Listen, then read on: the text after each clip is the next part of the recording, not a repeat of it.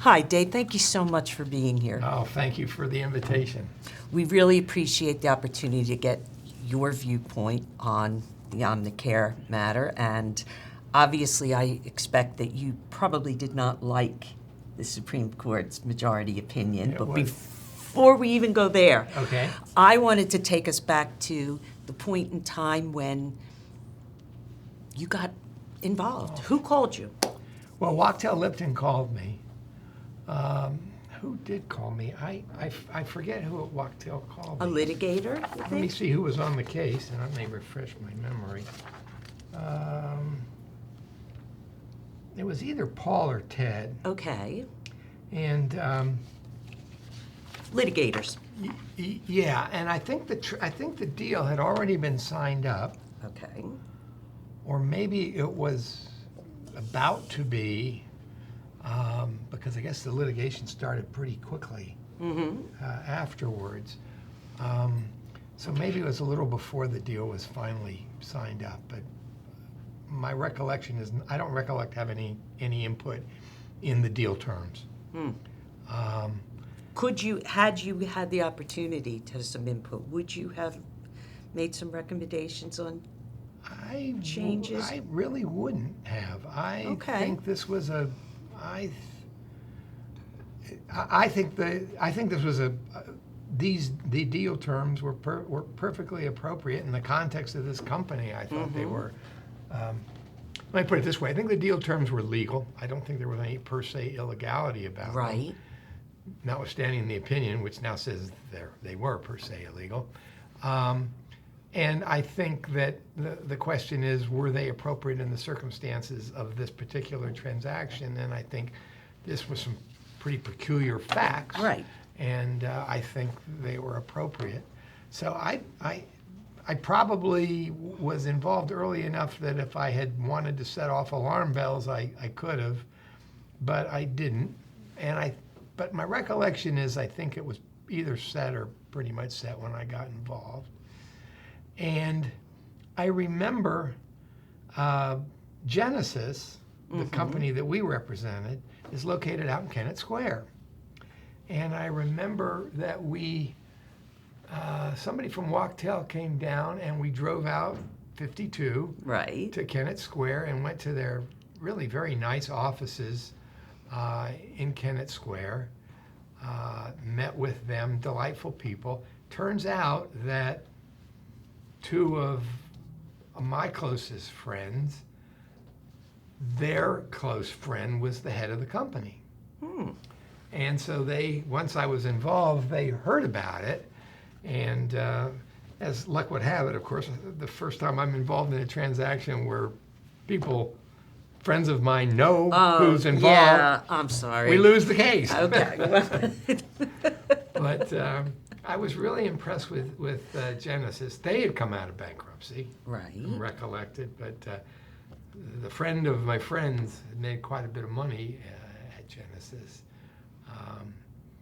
And so that's what I remember about the start of the case. I'm trying to remember if I remember anything about the early litigation part of it,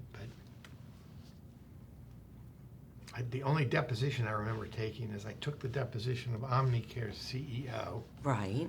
who I thought was completely. I was not impressed by with his candor and truthfulness. And why was that? Was it? Well, I think there was a number of things in the deposition, number of answers that I got that I remember faulting myself for not using more of it in the briefing before the Supreme Court.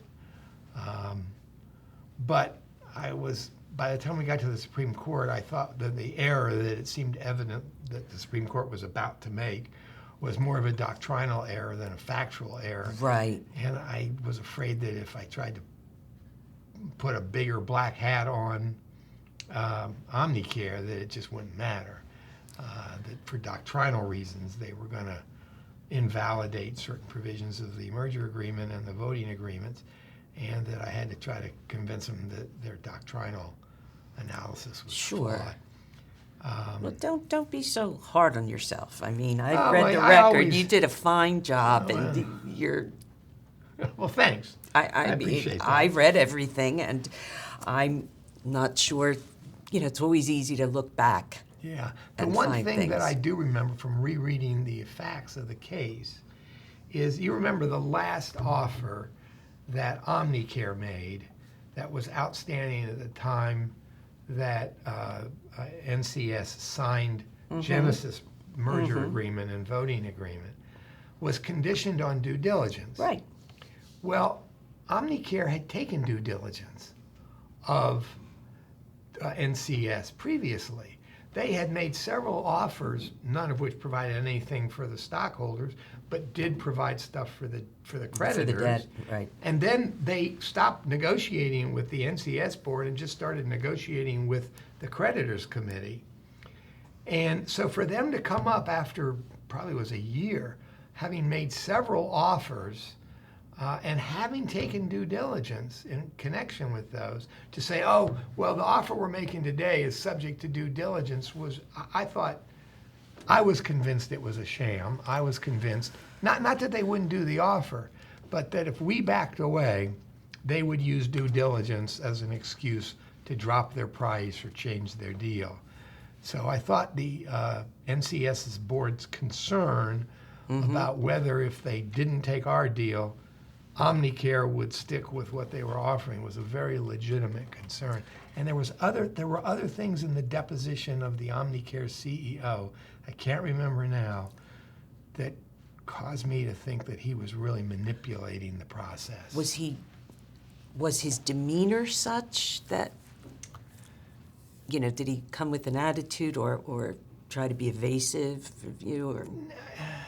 I don't remember that. It was just that it seemed obvious to me that he was attempting to play the role of, I'm the savior for the stockholders, I'm the good guy here. And it was pretty obvious to me that that was a sham, that he had been trying to buy this company out of bankruptcy on the cheap. for years. Right. And for him to play this role of I'm the good guy was, and I just didn't think he was trustworthy. I should probably go back and reread the deposition, but that's the only part of the Who else did you discovery. get to depose as part of the discovery process? I don't remember. Okay. That's all right. And since we were the defendant, I think all of the NCS directors were deposed, and I'm sure somebody from Genesis was deposed, maybe several people, but I don't remember whether I was involved in defending any of them or not. But I do remember I was largely responsible for the briefs. I mean, I think I basically wrote the briefs. Right. Which was unusual with Wachtell, because usually when I work with Wachtell, I'd have input on the briefs, but they would, well, like in QVC, which we talked about this morning, I wrote parts of that brief, but I wasn't given sort of the whole brief to do. Why do you think you were in this instance? It was a small deal. That was my thought at the time. Really? It was not a big deal. And I guess maybe Wachtell had enough confidence in me by this point that they thought I could do the brief. But I attributed it to the fact that it was a relatively small deal.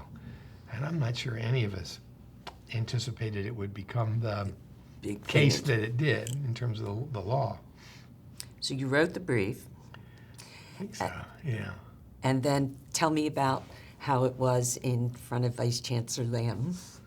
Now, I don't do you remember did I argue before Lamb or did somebody else argue? No, I think you did. Okay. I don't much remember the argument other than it was pretty obvious that he seemed to be our way. Yes, yes. And I thought that was appropriate. And I didn't think it was that close of a case. No. And of course, when it went up to the Supreme Court, the initial panel that looked at it rejected, my recollection is they rejected the interlocutory appeal. That was right before Thanksgiving, because I remember thinking, "Oh man, this is wonderful! I got a I can Thanksgiving enjoy my holiday." Yeah.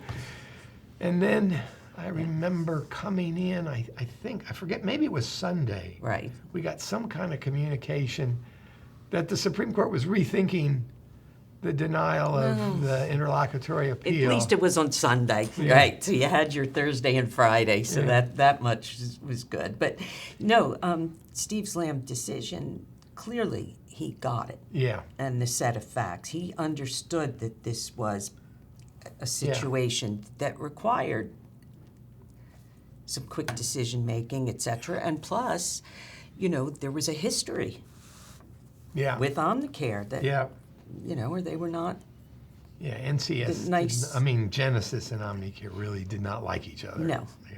No, they didn't play well in the sandbox together. Yeah. So there was a history there, and I think Steve picked up on that. So you must have liked that decision. Then you hear the courts rethinking things. So what's Yeah. the first thing that went through your mind, if you can put yourself back then, the first thought you had in terms of what the Supreme Court might be thinking about? Can we use profanity in these? I think so. My first thought was, oh, shit. And I contacted everybody. I don't know whether I was the first to get the notice or what happened, but I contacted everybody, and nobody could believe it. Everybody thought, what? On what grounds? Yeah, they turned down the interlocutory appeal. What are they? And I'm not sure whether they said they were going to vacate the denial of the interlocutory appeal and accept it. I'm sure they didn't tell us what they were going to do. I'm not even sure that we knew what the issue was. We got some communication that we were to be in court, I think the next day, like a Monday. Because I remember going over there into the little courtroom in the state building where the Supreme Court chambers are. There's a little courtroom in there where we argued the Revlon TRO application. You remember that? I'm talking to Larry. We go into the courtroom, and I think Norm Veazey, and the panel that had turned down the appeal included Justice Steele, Chief Justice Veazey. I'm not sure. Holland? I don't know whether it was Holland or not. I don't remember now. But we go into the courtroom, and my recollection is Chief Justice Veazey indicated that the court was reconsidering its decision to deny the interlocutory appeal and was considering accepting the interlocutory appeal. And he said that we'll take a break and you can sort of marshal your arguments and thoughts, and then we'll come back and you can address the issue. Had you ever experienced anything like that before? No. I don't think it, maybe some Delaware Supreme Court scholar will know better than I do, but I've never heard of a situation where the court denied interlocutory appeal and then changed its mind and accepted it. I think I know how it happened. There were two cases in the Chancery Court, one that Omnicare was involved in and one that the stockholder plaintiffs were involved in. And I think our interlocutory appeal was from the case with the stockholder plaintiffs. And I don't think the panel that turned down the interlocutory appeal knew about the other case. The other case came up, and I think it was Carolyn Berger who saw the other case. This was Omnicare's appeal on different issues, not the fiduciary duty issues, related to a charter provision, appeal on a charter provision issue. And she alerted, I assume, the other justices and said, wait a minute, there's only more part here of it, that, right? Yeah. Now, You don't know that for a fact, but you think but that's probably. I think that somebody refocused on the situation and decided that there was the certificate issue and these issues here, right? They all, there was an interplay between them. Yeah. So anyway, we go out of that little courtroom, having heard that they're reconsidering it. How long did they tell you you had to marshal your thoughts? Oh, God, I don't remember. I think it was probably less than an hour. Oh, okay. So we're in a little conference room, and the decision is made I mean, it was pretty obvious to me that they wouldn't have brought us back there and they wouldn't have gone through all this if they weren't going to accept the interlocutory appeal. Correct. They must have known they had the whatever vote they needed to accept it. So we went out in that room and I said, look, guys, they're going to accept the interlocutory appeal. We should make whatever argument we want to make, but It's a this foregone conclusion. is mission impossible, I think. And they go, oh, good, well, you argue it to me. So well, this is like, let Mikey eat it. Okay. So I prepared. Well, thankfully, you had written the brief, so Yeah. you certainly knew all the facts and you knew what the strong points were. So thank goodness you had written the brief. Well, so I get ready to go in, and we go in. I'm ready to make the argument. And mercifully, I think Chief Justice Veazey said, well, we've decided, and we're accepting the appeal. So That was it? We didn't All have to right. argue the point. And so then we were, and at that point, I became pretty pessimistic about our chances before the Supreme Court Why? because I didn't think that having turned down an interlocutory appeal, they would change their mind and now accept it if they didn't think there was a problem.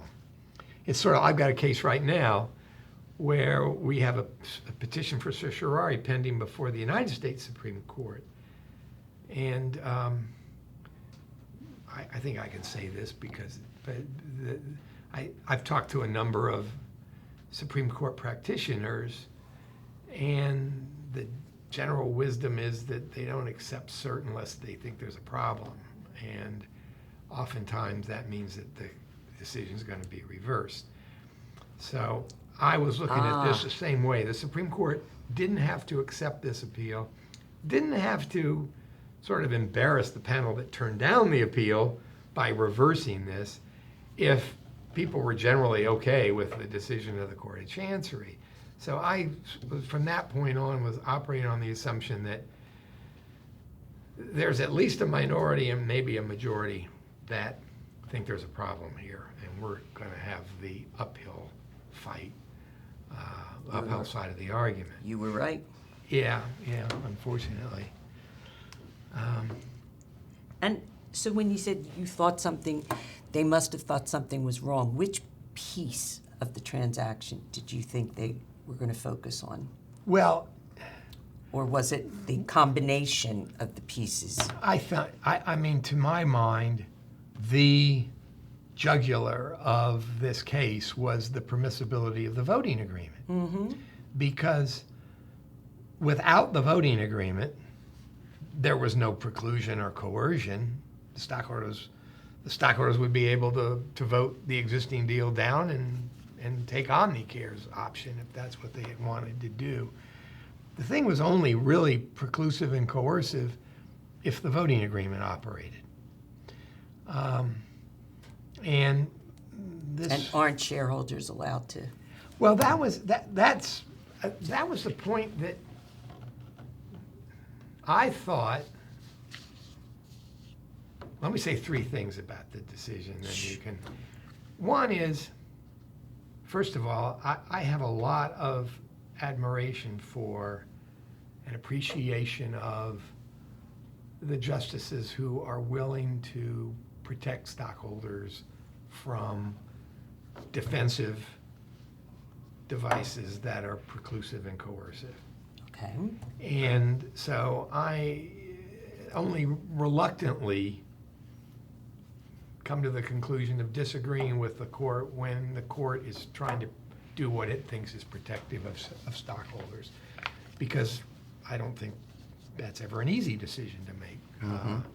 And so I respect that. And if the discussion of the Unical doctrine in this decision had been directed to board-adopted defenses that had the effect of preventing the stockholders from making their own decision about whether to go forward with the transaction or not, I would say right on. I agree with almost everything you say. The problem was that what the court was addressing were board provisions designed to facilitate implement and effectuate a stockholder decision as to whether to go forward with the transaction or not. And I just didn't think Unical had any application to board conduct that facilitates a decision that the stockholders have made.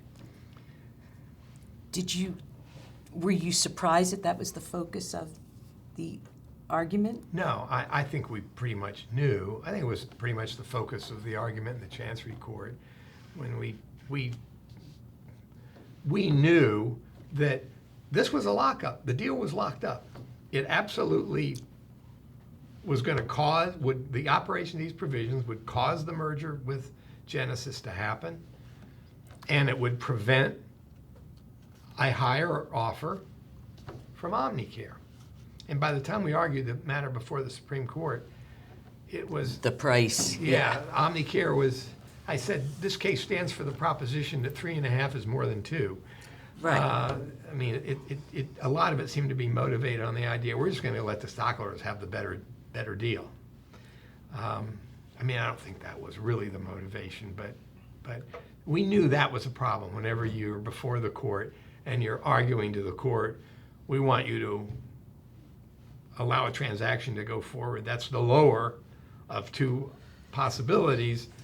You're not in the most advantageous posture. But unfortunately, you were arguing after the fact, Yes. and the decision to go with the deal at 2 was made perfectly fine at that time. Yeah. So to go back and Monday morning quarterback, is that the correct expression? Monday morning quarterback, that's hard, and plus, and it was stockholder action that was the last piece that tied. I mean, that goes back to my perception of Unical, which never really was articulated by either the Court of Chancery or any of the opinions, not as clearly as I tried to make it in the briefs. And I've said this before, but that to me the takeover cases in the 80s were a collision of 2 paradigms, because tender offers were a new phenomenon. Mm-hmm. We didn't have tender offers until the late 60s, and they didn't really even become a serious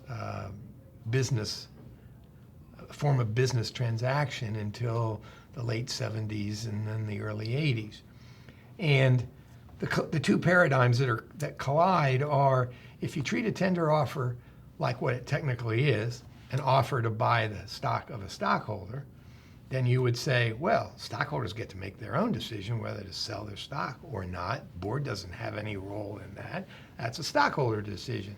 So if you believe that's the paradigm that would apply to a tender offer, you would say, board of directors, you don't have anything to do with this. And there were people arguing in the early 80s that that's what the law should be. On the other hand, the tender offer had an effect that was comparable to a merger and was typically the precursor to a merger. Mm-hmm. And in the merger paradigm, the board gets to make the decision first whether there's going to be a merger or not, and unless and until the board decides to recommend it to the stockholders don't have any vote or any decision to make. If you treat a tender offer like that, Well, then the board should be the first decision maker.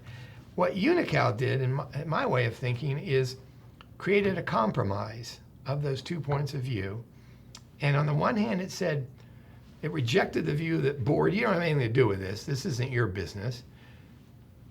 It said the board does have an important role to play in addressing tender offers. but they have to act reasonably. But in order to protect the shareholder interest, which is I have a right to sell my shares when I want to paradigm, you can't take action the board can't take action that's preclusive or coercive, but preclusive of shareholder choice or coercive of shareholder choice, or that's not reasonable in relation. So for me, the whole point of Unical was to protect the ability of the shareholders to make their own choice. And the doctrine should have had no application to a situation where the shareholders have made the choice. Mm-hmm. And now all you're doing is effectuating it. But not only did I think it was doctrinally wrong, but it seemed to me sort of impractical because in some situations, you could sign the merger agreement and then get written consents from the stockholders. Form over substance. Yeah, 4 hours later, deliver the written consents. And you're done. And the deal's locked up. So if you could do it 4 hours after the merger agreement is signed, why can't you do it 4 hours before the merger agreement is signed? Then the other thing, to add insult to injury, I thought the courts, but I will say that the majority's analysis of Unical and saying there's an absolute prohibition on preclusive and coercive defenses, I think I'm fine with that as applied to board action to prevent stockholder choice or to coerce stockholder choice. But the other thing that did, I'm unloading here. That's okay. That's okay. Was say that you had to have a fiduciary out. Which is, And I used to debate this issue with Bruce Stargett, because if you frame the issue of can the board breach its fiduciary duty after the merger agreement is signed, well, that question sort of answers itself. But that really begs the question is, what is the board's fiduciary duty after the merger agreement is signed? Does it have a fiduciary duty to walk away from a deal because a higher offer comes in after the fact that you had no reason to anticipate? Well, I think it's, to my way of thinking, the board doesn't have a fiduciary duty. And well, a contract's a contract, or should be. yeah, I mean, I had a case, I was discussing this with Larry yesterday. I had a case that really was, to me, a perfect example. We had a client who participated in the auction for a purchase of a media company. And the auction was exemplary. I mean, they did it by the book just about perfectly. Went on for quite a while. Bids were accepted. They put a deadline in. Our client won the bidding.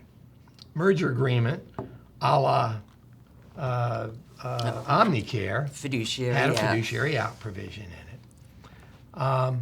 And one of the other bidders, it was actually NBC, called us after we'd won the auction, after we'd signed the merger agreement, and said, hey, congratulations on winning the auction, congratulations on your deal.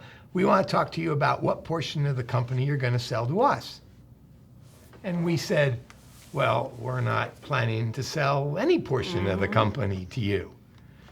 And they said, well, that's too bad, because if you won't agree to sell the part of the company that we want to us, then we're going to make a bid and outbid your merger See, price. that's so not fair. So That's so not that was fair. our reaction, was this is so not fair. I would, And right. we filed an action to seek, on the behalf of our merger course. party, to asking the court to enjoin the target board from terminating our merger agreement. Made your client a stalking Yeah. horse. Nothing And we more. went before Chancellor Allen. And he was sympathetic to the argument that the argument we made was that if the merger agreement itself is not a product of a breach of fiduciary duty, and this one wasn't, and no one was arguing it was, if the merger agreement itself is not a product of a breach of fiduciary duty, How could the this- board does not have a fiduciary duty to walk away from the deal just because a higher offer comes in. And so they can't terminate because they don't have a fiduciary duty to terminate. And the chancellor was pretty sympathetic to that argument. They got up and said, well, Mr. McBride misstated the fiduciary out provision. It's not whether we have a fiduciary duty, it's whether in our discretion and judgment we think we do. And we'll tell you, Your Honor, we think we do. And so he did something, I can't remember what it was. He delayed them for a while, and in the period of that delay, we negotiated an increased termination fee for our client. See, that's just not right. And Yeah. that's not the way deals are supposed to get done. Yeah, As a transaction lawyer, I just find that offensive. yeah, And if you can't put the proper collars around a fiduciary out, you have to be crazy to have your client sign a deal and not get it done, Yeah. if you can, with written consents, right away. yeah.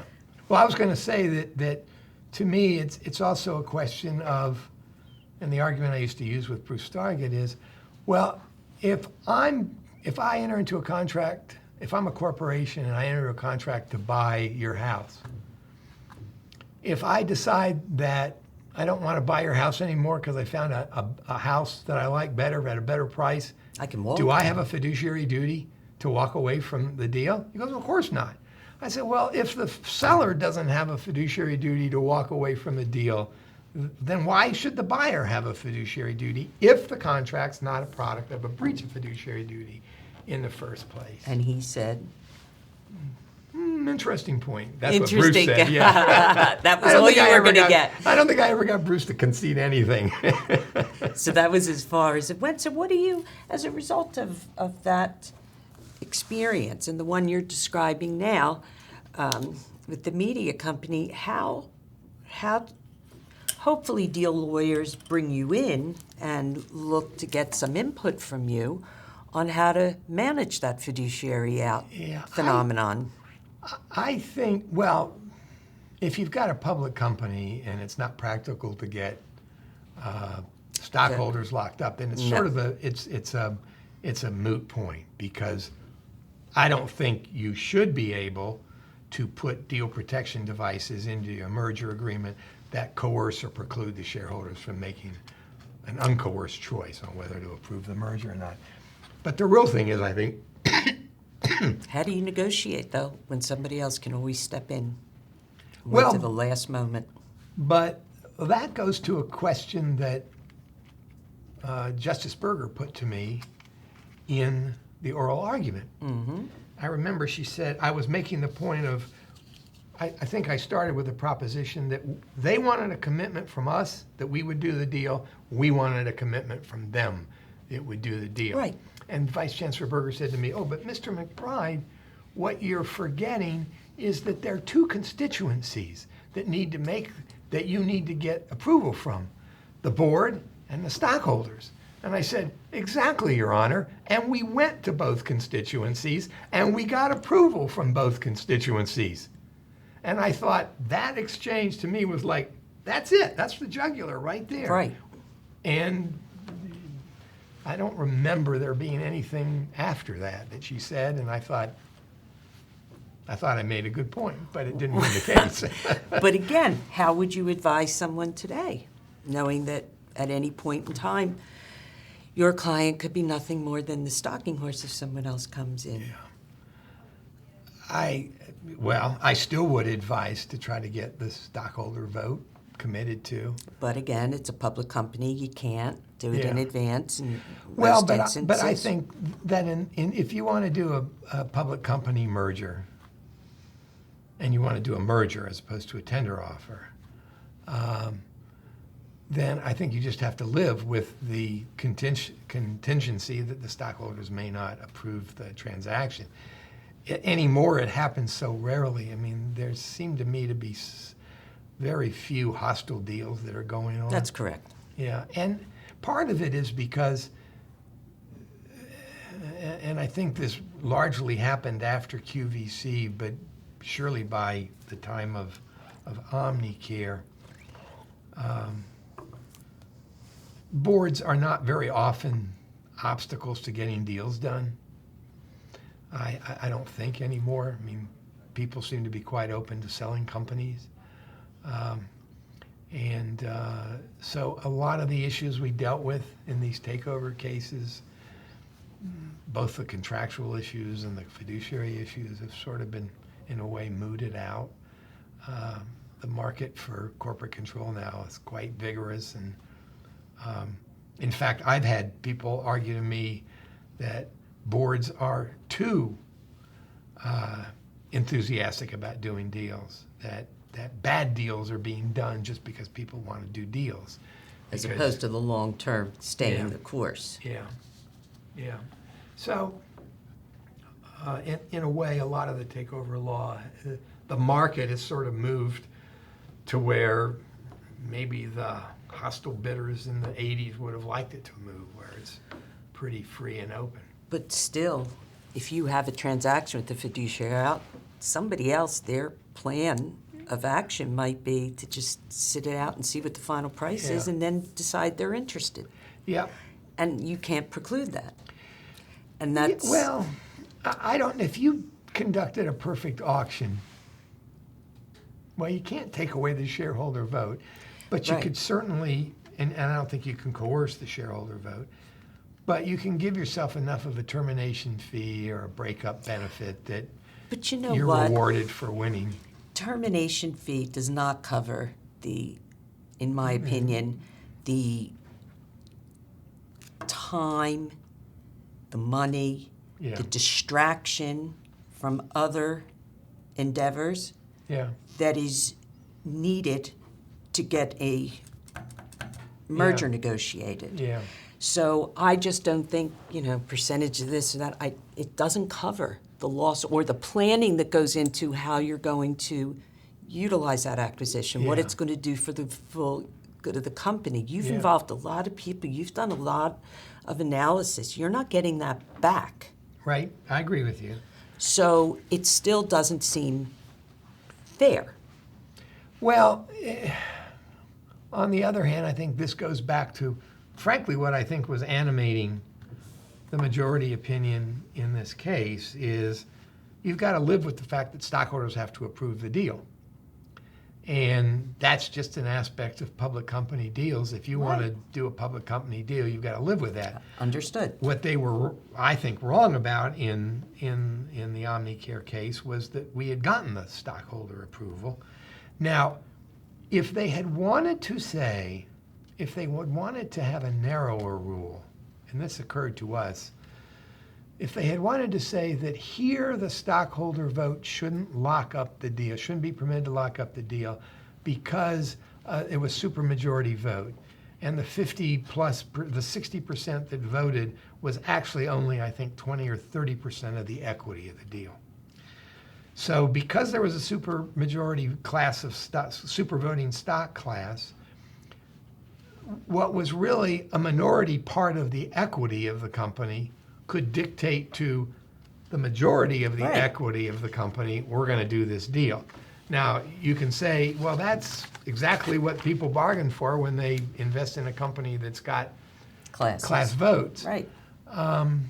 You're giving veto rights. Yeah, but it's an equity that would have resulted in a narrower decision than the one that was entered here, because this one didn't turn on the fact that it was supermajority voting stock Right. and it wasn't a majority of the equity. It just turned on the fact that what was really, to me, another doctrinal proposition. Not only did they do the unical, but they said, what you can't do is coerce the minority. And the coercion was that the majority voters had decided we're going to do the deal. If that's coercion, then our corporate statute is coercion, because that's what the statute says. The majority gets to make this decision and the minority's got to go along with it. If that's coercion, then our whole statutory structure is coercive. So I don't understand the rationale What for did the you majority. think of the whole certificate argument that what they were in fact doing was an impermissible transfer? To tell you the truth, I don't remember that argument. I didn't go back and reread that opinion. I remember thinking it was not a slam dunk from our side. I thought there was an argument, but I thought we had the better side of Yeah. the charter argument. I thought that was a waste of time, unfortunately, Yeah. from the real issues, Yeah. the hard issues that you're talking about. Yeah. And, well, I'm sorry that your friends, the first time your friends understood what you were doing Yeah. and the impact you had, it didn't turn. But it was a bit of a roller coaster. At first, it It turned was. your way, and they Yeah. said Dave did a great job, and Yeah. look, won the case, blah, blah, blah. And then Dave, who knew? Matt. Who knew, right? Yeah. Right? Who knew? But it's, Fame is fleeting. but I want to step back one more second. When you were talking about when you met with, I think you said the president, when you deposed Yeah. the president, and you didn't like his feelings. Did you have any other opinions about the other players when you saw them throughout this? Any of the players? I mean, I remember just liking, maybe it was a bit of hometown Right. bias, but I liked Genesis. the people from Genesis. I thought they were nice, good people. I mean, I will say this, and this is not, I thought the hardest question to answer from our side of this case is, you're a bidder. I'm bidding for Company A, and I say, I'm going to make this bid, but if you don't lock it up, I'm out of here. and I'm you have gone. no other options. Yeah. And Company A says no to you. Says, I'm not locking up a deal. I'm going to go talk to this other bidder. And then after talking to the other bidder, Company A comes back and says, hey, you know what? We talked to that other bidder. We're satisfied you're the best deal. We want to do a deal. And lock it up.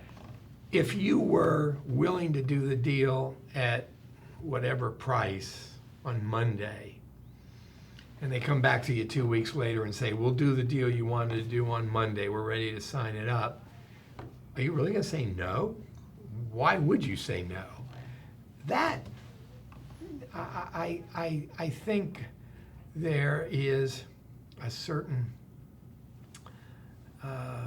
that threat has a bit of, there's a question about, would you really follow through on that threat? Now here, I think Genesis would have really followed through because of their prior experience Yes. with Omnicare, and because of the hostility.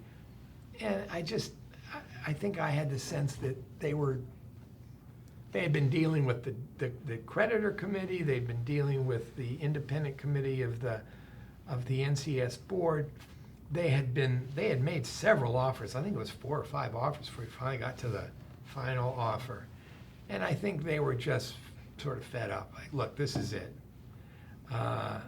And we're not gonna, it's either now or never. And if you bring Omnicare into this thing, we're gone. Because in part, I think they just figured that it would be an endless quagmire if Omnicare got involved and they had to deal with Omnicare. What were you part of the decision to allow the To allow whereby them to waive, Genesis, to waive the restriction against the discussions? Yes. You were part of that. Yeah. And what was your thinking? I'm trying to. It came to me as the decision had been made. We're going to waive. I guess this is okay. I mean, we obviously did it, so Right. That's not confidential. My own thinking at the time was, I've often had a theory in these situations where give your opponents enough rope to hang themselves. All right. I was, and I think this is true, that if we allowed Omnicare to actually, if we allowed them to actually negotiate with Omnicare and allowed Omnicare to actually make an offer, it would not be Better. a better offer. And it wasn't, because it had this due diligence Of course. condition to it that made no sense, where somebody who had already had due diligence and already made 3 or 4 offers was now saying, oh, I need more due diligence. Why do you think the court didn't focus on that and see them as a bad player? Well, maybe I fault myself for it. I think we tried. I didn't go back and reread the briefs. I think Chancellor, the Vice Chancellor got it. He got it. Yeah. Why the Supreme Court didn't? I just think they were. I just think they had in their minds that they were right about Unocal, and they were half right about Unocal.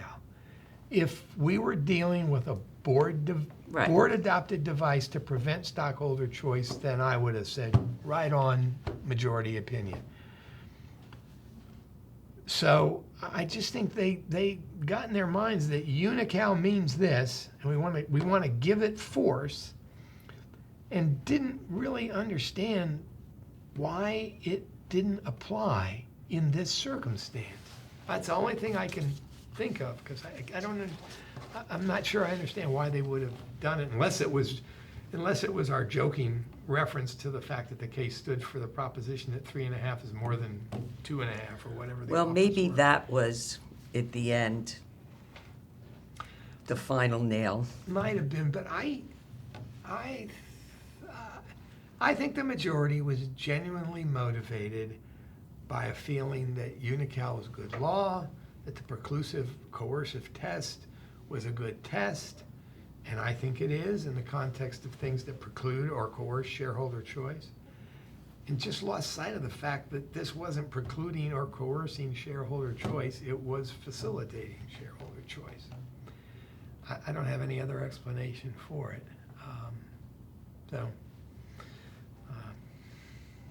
Any last thoughts? Any Nope. issues? No last thoughts? really. No issues or feelings that you wanted to share? I Before remember how upset Vice Chancellor Lamb was when the tell Supreme us. Court decision came down. After that, it just so happened that he and Joyce were having lunch at my house, not lunch, dinner, and we didn't discuss it, but he was obviously upset by the decision. Not happy. Yeah. And I thought rightfully. I mean, I tell people that in the Omnicare case, we had 3 jurists look at the facts and law. 3 ruled our way, 3 ruled Omnicare's way, and it just so happened that one of our 3 was a vice chancellor instead of a justice. Otherwise, it would have been a tie. And yet the Supreme Court adopted all of the Vice Chancellor's findings Yeah. of fact. Yeah. And the Vice Chancellor thought that it was it Yeah. was a record of stellar board performance. Yeah, I think I did a lot of these takeover battles in those years, and Revlon, Time Warner, QVC, this one, and probably half a dozen others. And whenever I was on the plaintiff's side, my theory was you want to present facts that would convince the court there's a breach of fiduciary duty under the good old due care loyalty context, and then give them a rationale where they could rule in your favor without necessarily having to find the bad faith or the gross negligence Right. or whatever. But as I look back on these cases, we just talked about QVC this morning, and I spent in QVC, I wrote the statement of facts in QVC in our reply brief. I spent a huge amount of time trying to convince the court that there was just a plain old breach of fiduciary duty. In the final analysis, the case turned on whether Revlon applied or not. The QVC, the Paramount board, thought it didn't apply, and therefore apparently thought they could sell the company to Viacom, regardless of who was making a better offer. And that wasn't right, and consequently their effort to do that got struck down. And you could argue that if they had been perfect in their performance from a fiduciary standpoint, it still would have Same outcome. And I think that's obviously the case in Omnicare, where everybody said this board was Terrific. Yeah. And it still didn't carry the day. Yeah, because of a doctrine that got misapplied in my estimation, because the court lost sight of why Unical was created in the first place. Well, the minority obviously didn't lose sight and supported your position. Yeah. There must have been some feeling of vindication when you read the dissent. Yeah, well, Even though it doesn't change the outcome, Yeah. but it's still. I'd rather lose 3-3. I mean, I take a lot of comfort from the fact that in terms of the job we did as advocates, that, like I say, 6 jurists looked at these facts and law, and 3 decided it one way and 3 decided it another. So I don't feel like there was anything we could have done that would have changed Change the the outcome. I mean, after the decision came down, I asked myself, like, for example, Ed Welch called me before the argument before the Supreme Court. And of course, he's representing NCS, who now has a better offer. And his board are a bunch of NCS stockholders who would make a lot of money if that better offer happened. So Ed was, I think, concerned that we want to make sure that we felt like we put up the best defense that could be put up for our merger agreement. And he asked me, basically, how should we divide up the argument time? And I was thinking, well, it's really their board whose fiduciary duties are at issue. I thought they should take most of the argument time, and I would have only like 4 minutes. And after the argument was over, not that Ed didn't do a great job, but I began to realize that it was really our contract rights that were at issue. And the fiduciary duty issues were only were a subsidiary question to, do we have contract rights that we could enforce? And maybe we should have put more emphasis on that. Maybe we should have put more emphasis. I have a feeling that train had left the station. Yeah. That you couldn't, by that point, once they Yeah. mooted the denial, the interlocutory appeal, you said you knew the track you were heading, and I don't think anything could have changed that focus at that point. I don't think so either. And like I say, if I'm ever in a plaintiff's case where I've got to rely on Unical after rereading the majority opinion, I'm going to go back to that majority opinion and quote it, because I think it's a great exposition of Unical if it had been applied to defensive techniques that precluded shareholder choice. So you would still quote it. Yeah. You have to. Yeah. It's the It's the law, law. right? But how about the commentary where the former Chief Justice Steele said it was, like a fly in ointment. It was going to... Yeah. Well, I think maybe the only reason that precedent has survived is because it just really comes up so rarely. You almost, like I said, we've talked about, in any public deal, you can't get a shareholder voting agreement. It's just not practical. Right. And in any situation where you can get a shareholder voting agreement, you can get the consents and execute them right after you sign the merger agreement, and you've got the same result. Yeah, but again, form over substance. Yeah. And doesn't negate the unfairness. Well, Yeah. thank you, Dave, so much. Thank you. It was really a pleasure It was a talking pleasure. with you. It was a pleasure to be Thank you. questioned.